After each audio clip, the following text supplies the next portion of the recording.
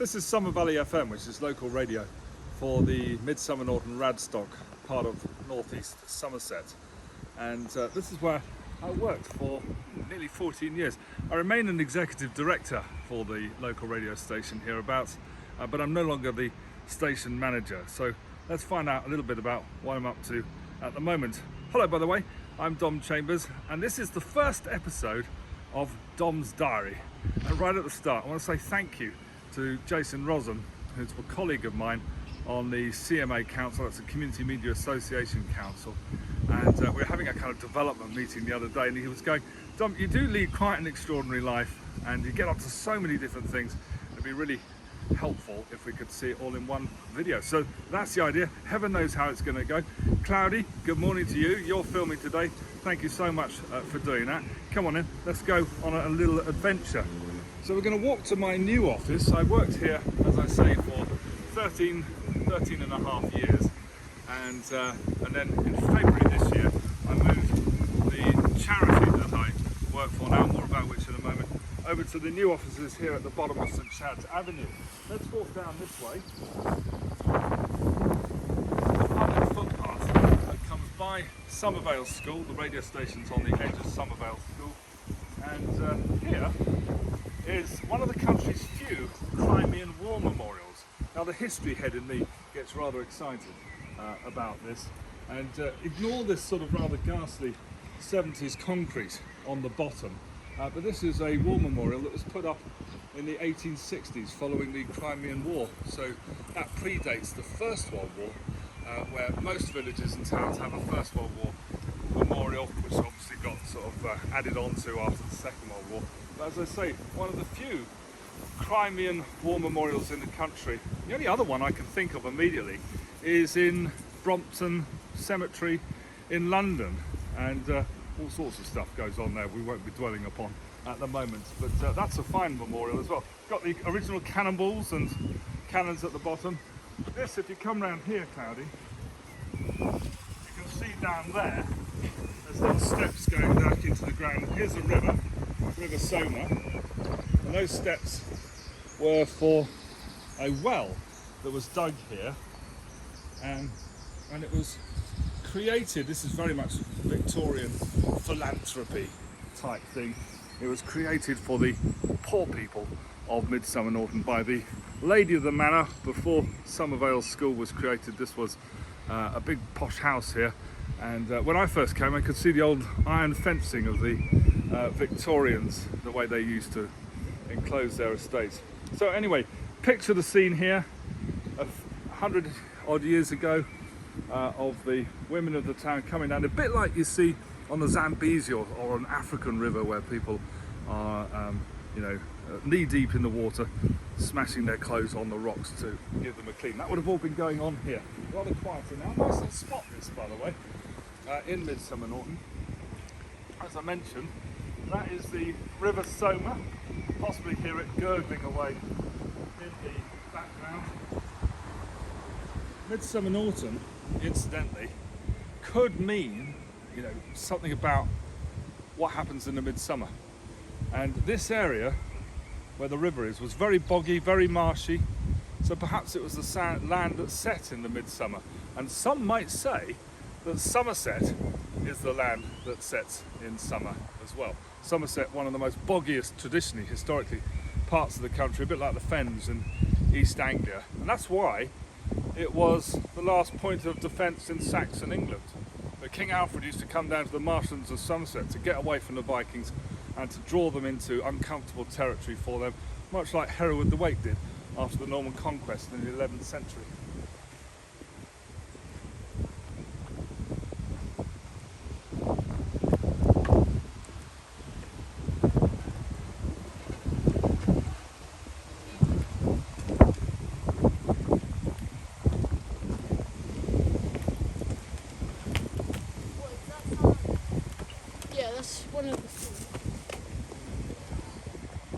So we've just come to the bottom of St Chad's Avenue. River goes off down there. By the way, this town used to flood terribly in the 1970s. There's photographs of people canoeing up the high street. Luckily, as someone who lives in the high street now, believe that that doesn't happen. They built an enormous underground waterway under here. Frankly, you could drive a double-decker bus through it, so that siphons off any of the flood water coming down off the hills over there. This is St Chad's Avenue, and I've often wondered who St Chad was, and I had a quick look at him. Really nothing to do with these 20th century houses. It's an Anglo-Saxon saint, rather fits with the theme here of Midsummer Norton, as I was saying. So let's go into my new office, which is over here.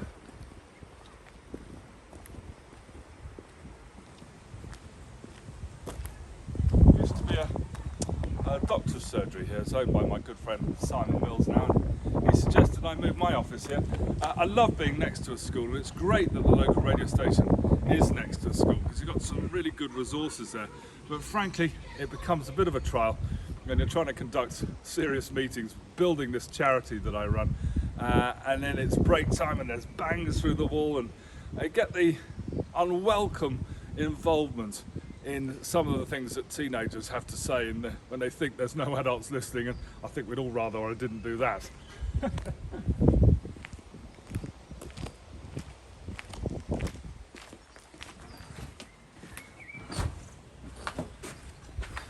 Come in. A little noise there to indicate when people come into the building. There's multi-businesses here, so it's just useful to know someone's walking in. And we're coming into my area. Just close the door behind you there.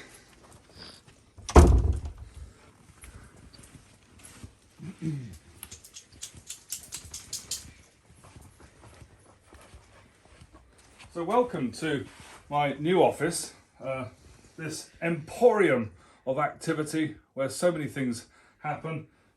My desk here, broadcasting, podcast making, and all sorts of things. Here's Josh, by the way, and Josh is with us on a traineeship. So he's popped in this morning. Tell us what he's up to in a moment or two. Draw your attention to the art over here, which is by local artist Luke Piper. And when I was at art college a million years ago, my hero was John Piper. And John Piper's a great war artist, a very famous 20th century artist. Hello, doggy. And what's the dog called? Luca. Luca, yes. They're recognising her name. Is it her? Him. Him. He's pretty though. From this angle, it could be anything. This is not the first time. Anyway, at art college, my hero was John Piper, and so a few years later, when I got to know Luke Piper, who's a musician as well, it was a real pleasure to work with him, and I sketched with him a few times, and he's also my connection with the Glastonbury Festival, really, historically, because he's one of the coordinators there. But I love his art, and this series here, there's another one behind you over there, is, I think, a great example of a sort of wonderful art in the pandemic, really. It's mindful, and that's why I bought it. It kind of sets the right tone for the kind of ethos of what it is we do through the Somer Valley Education Trust, which, if no one's heard of it, is really about how we improve the life opportunities, chances of individuals, communities and society, if you want to take it to its logical conclusion. Quite exciting, really. We're just planning a rebrand of the Somer Valley Education Trust because we're scaling up. It seems less appropriate to have geographic location because Somer Valley, like the radio station, is this geographic location of northeast Somerset. So I want to, we're scaling up very fast. We will be a national charity within the next couple of years. I'm not going to tell you what it's called because we'll keep that back for the subject of another video. Anyway, with Luke's paintings, these ones here were, which I bought from an exhibition late 2021. I was part of a set of 4, and I've just ordered the other 2. So this naked blue wall will have 2 more Lukes coming in. And where Josh is, that's where Sue sits. Sue works part-time for the charity, and she helps with the funding and project administration and all that, what have you. So Dom's Diary, what's it all about? Well, I want to house into one place some of the things that I get up to. I mentioned some of the team members, by the way, and I lead a fantastic team here at the charity, but also teams in other contexts. I'm the chair of the Community Media Association, which is the national representative body for community media, specifically community radio. We can work into that. And next year is going to be the 40th anniversary of that, so more about that on another occasion. I'm also a trustee of the Radio Academy, and that's the national charity for the radio industry. And it was great this week. I've just come back from London. We had a fantastic, I love being on that board. It's a great board, and really wonderful people, and it's great working with people who are influential and leaders in the radio industry and being part of that. And this week we had a trustees meeting in Radio 2. So, you know, the guy who was starting out in radio 30 years ago is still there, still lurking within me. I get quite excited about the idea of going to Radio 2 for a meeting, a very productive meeting. As we were waiting, me and the other trustees were waiting, you know, His Eminence, the Almighty, Steve Wright, walked amongst us, and I didn't recognise him.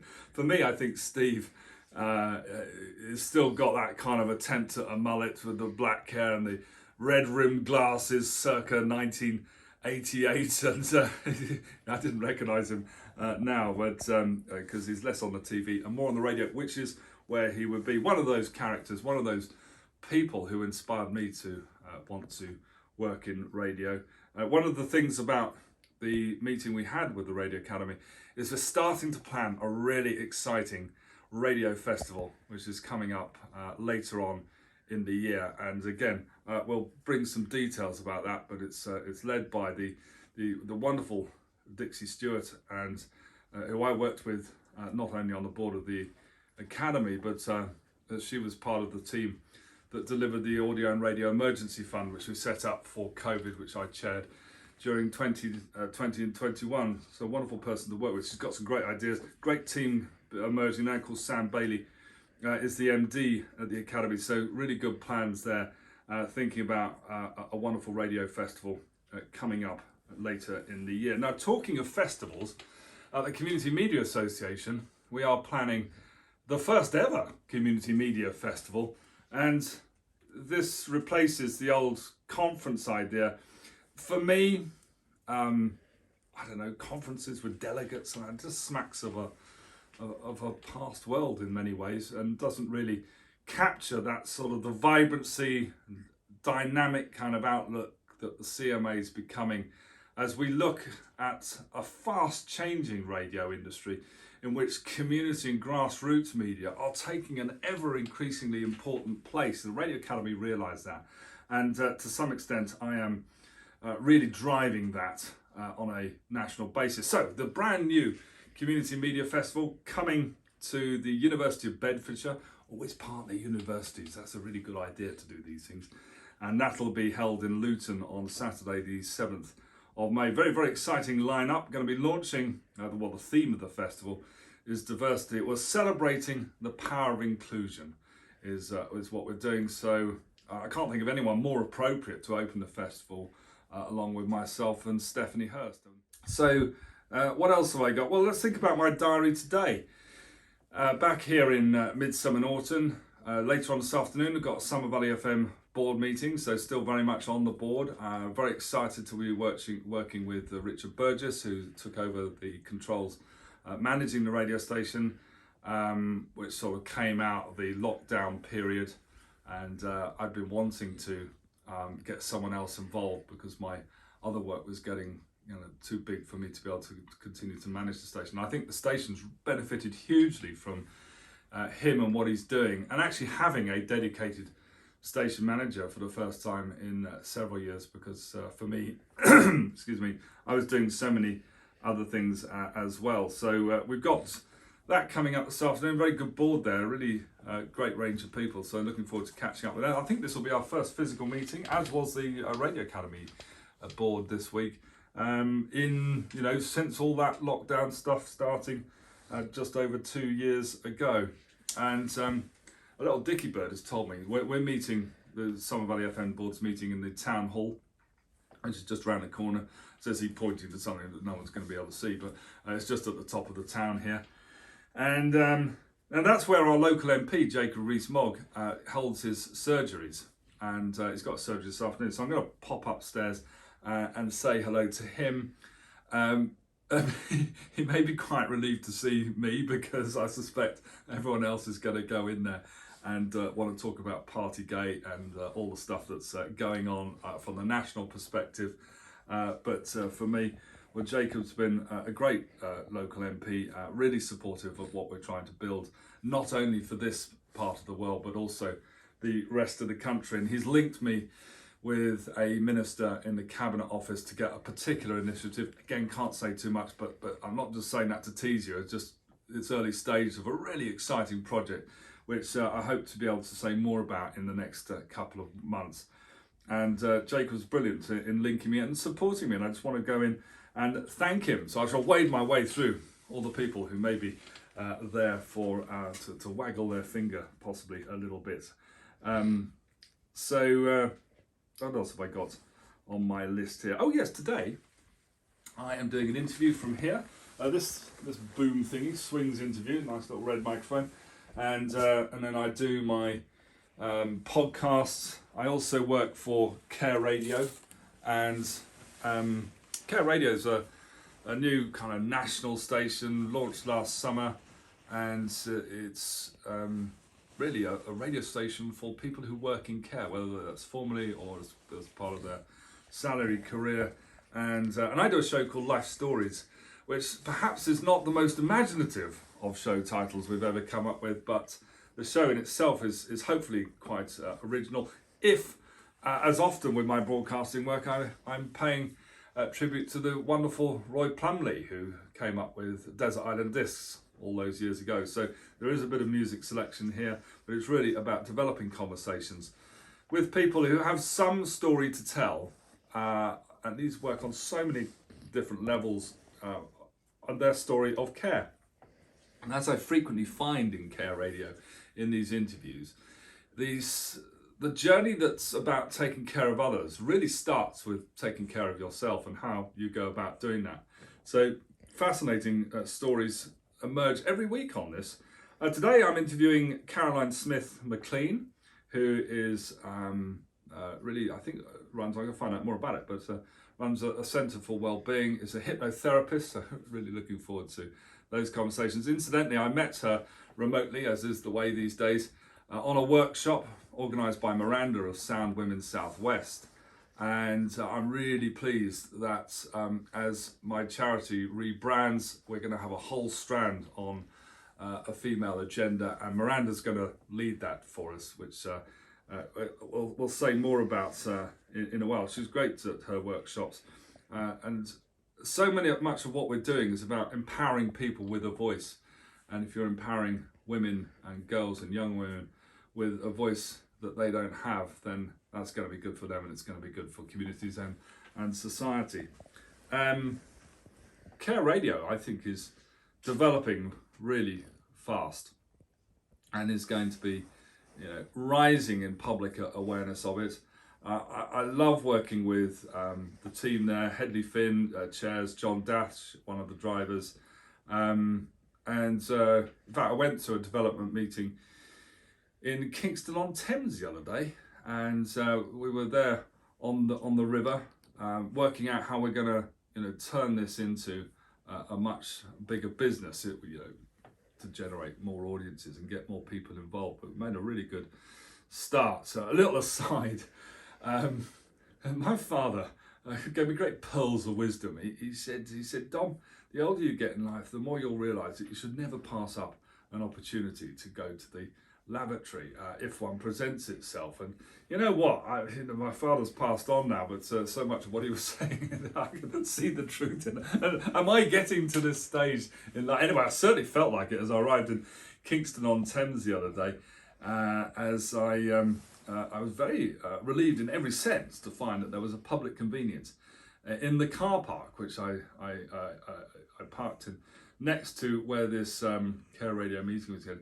So as I was, as Dad would say, obeying a call of nature, as you do, you read the little nice comedically intended thoughts written on the walls in front of you.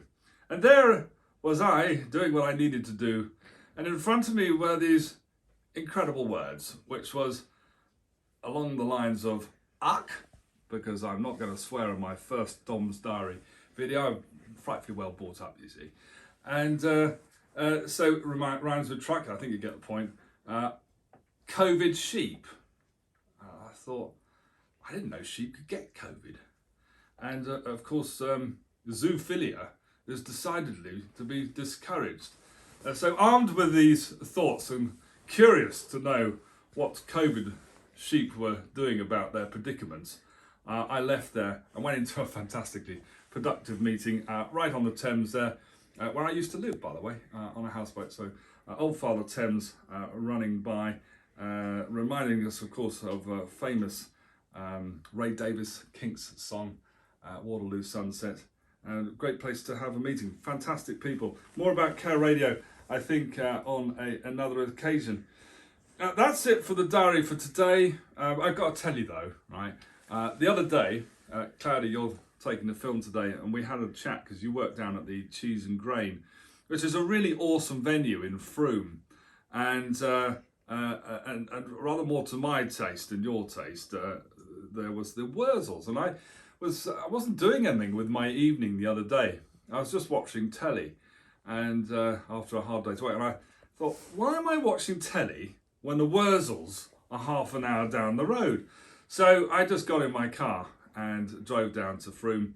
And as I've done many, many times before, I don't know how many times I've seen the Wurzels, but I loved them long before I came to this part of the world, where they are local heroes. They're managed by Sil Wilcox over at Box. Also manages the Stranglers, an interesting working day that man has.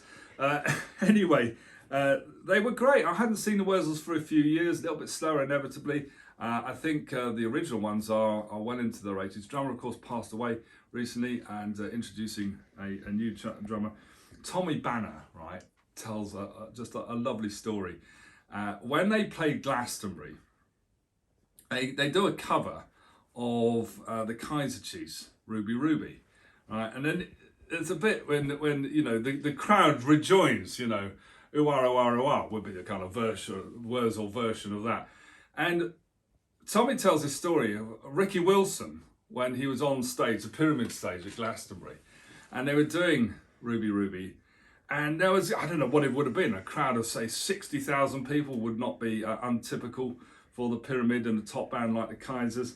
And when it came to the sort of the crowd rejoining in with the chorus, there was a certain zest and kind of power behind the ooh-ah, ooh-ah, ooh-ah end of the 60,000 people coming out. And so Ricky Wilson, you know, they're a northern band, he's from the north, and he comes off stage and he says to the nearest person, God, what was that all about?